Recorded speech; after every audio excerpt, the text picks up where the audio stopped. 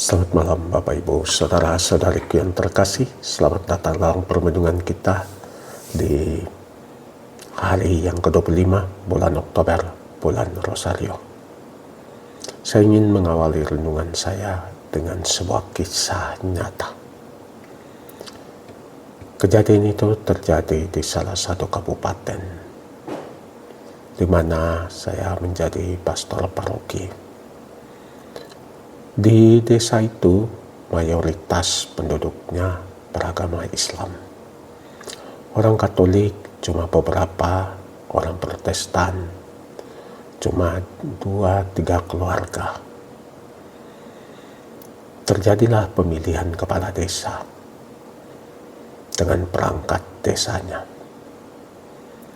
Seperti yang kita duga, kepala desanya orang Islam. Sekretarisnya orang Islam, wakilnya orang Islam. Tapi ketika sampai pada bendahara, kepala desa memutuskan supaya ketua umat saya yang dipilih menjadi bendahara. Ketua umat saya bertanya kepada kepala desa, "Janganlah saya ini minoritas." Tetapi kepala desa menjawabnya,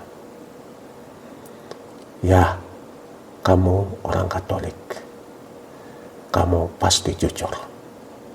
Karena itu saya tugaskan kamu untuk menjadi bendahara." Ada satu kebanggaan yang luar biasa. Karena Bapak desa memilih dia menjadi bendahara justru karena dia Katolik. Dan karena dia percaya orang Katolik itu tidak korupsi. Saya tidak katakan bahwa berarti orang beragama lain pasti korupsi. Tetapi suatu pengakuan yang luar biasa. Satu pengakuan tetapi juga suatu tantangan yang diberikan oleh kepala desa buat ketua umat saya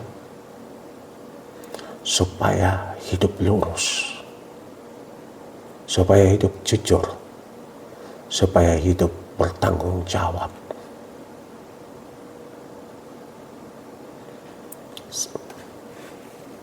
Bacaan hari ini amat indah. Dalam bacaan pertama, Santo Paulus meminta supaya umatnya hidup menurut panggilan yang telah mereka terima. Sabar, lurus, rendah hati, jujur.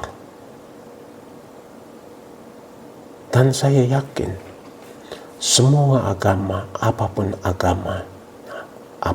agamanya, kita semua diajak untuk hidup lurus, hidup sebagai orang yang beragama. Artinya orang yang taat. Bukan hanya taat beribadah, taat dalam menjalankan ritual-ritual kita, tetapi juga taat di dalam relasi kita satu sama lain. Masing-masing kita, apapun agama kita mempunyai bendera masing-masing. Selalu dibilang agama Katolik itu, Kristen itu dasarnya cinta kasih. Pesannya harus cinta kasih. Kesaksian hidupnya haruslah cinta kasih.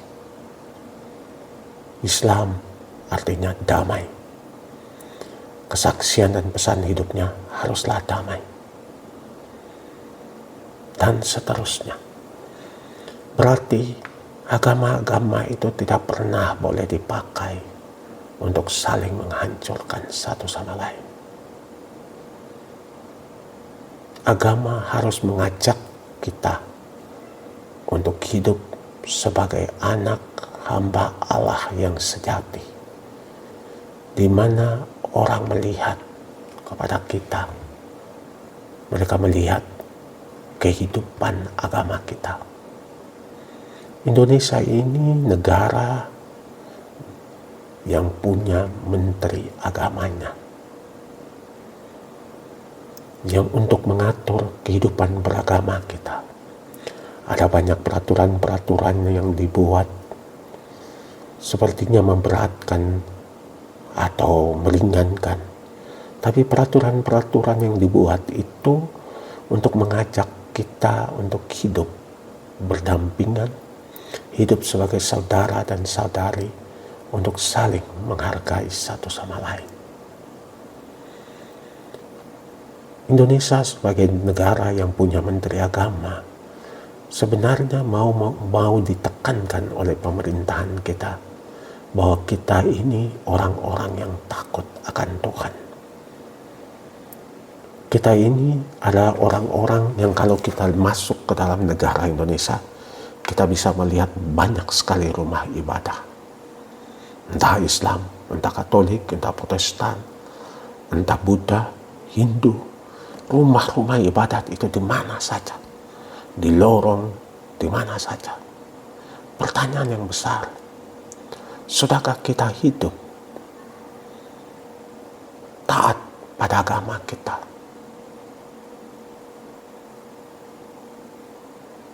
Saya yakin percaya bahwa kita semua sudah taat kepada agama kita.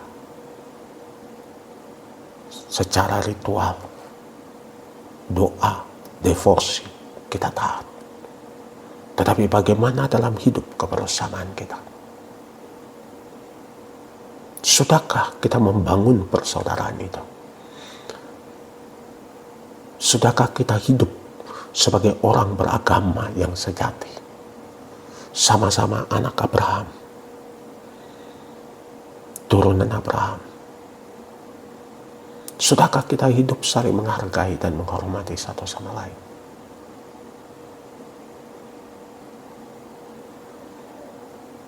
Kekuatan negara ini dan keberhasilan negara ini dibangun adalah ketika semua anak bangsa melepaskan bendera-bendera mereka, melihat melewati bendera mereka, bahwa mereka semua adalah anak Indonesia. Satu bangsa, satu bahasa, satu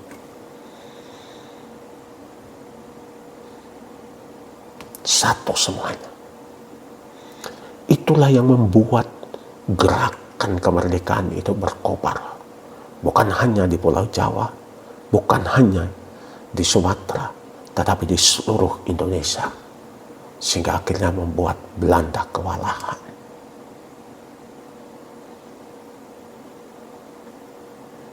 Kita sekarang punya pemerintahan yang baru.